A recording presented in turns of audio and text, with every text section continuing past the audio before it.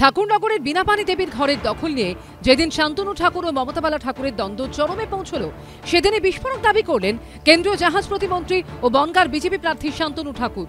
তার দাবি, তিনি পাকিস্তানের জঙ্গি সংগঠন লস্কর-ই তৈবার থেকে এই হুমকি চিঠি পেয়েছেন। চিঠিতে বলা হয়েছে, পশ্চিমবঙ্গে এনআরসি হলে মতুয়াদের ঠাকুরবাড়ি উড়িয়ে দেওয়া হবে, ঠাকুরবাড়ির সব সদস্যকেও মেরে ফেলা হবে। তাৎপর্যপূর্ণ বিষয় হলো, শান্তনু ঠাকুর ডাক মাধ্যমে যে চিঠি পেয়েছেন বলে দাবি করছেন, সেটি লেখা হয়েছে শুদ্ধ বাংলা ভাষায়।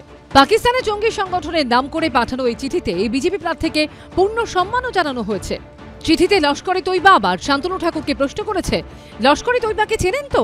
তথাকথিত জঙ্গি সংগঠন শান্তনু ঠাকুর কেমন আছে তাও চিঠিতে জিজ্ঞাসা করেছে।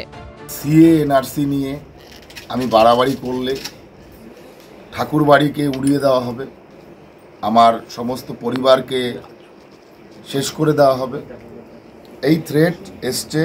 এটার অ্যাড্রেস যেটা হচ্ছে সেটা হচ্ছে দেগঙ্গা থেকে ফাজির আলী অ্যান্ড আদার্স পাঠিয়েছে। এটা হচ্ছে Hadipur village, north 24 Parganas, pin number 743287। তার যদি এটা হতো, আজকে সিএ নিয়ে কবে চালু হয়েছে, প্রায় 1 মাসের প্রায় কাছাকাছি মানে সিএ চালু হয়ে গেছে। এটা ওর নিজে আজকে দেখেছে যে আমার নিজের কবর আমি নিজে খুঁড়েছি।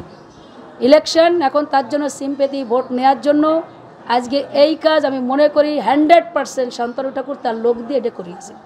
এবং এটাকে আমি মনে করি এই চিঠিটা তদন্ত হওয়া উচিত, কে করিয়েছে, কার লোকরা করিয়েছে। এদিকে বড়মার ঘরের দখল কার হাতে থাকবে তা নিয়ে দুপক্ষই ধর্নায় বসার হুঁশিয়ারি দিয়েছে।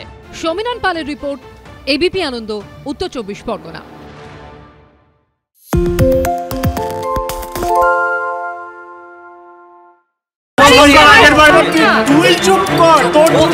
বাংলা ঝামেলা চায় না, বাংলা খবর চায়। বাংলা খবর, বাংলার খবর।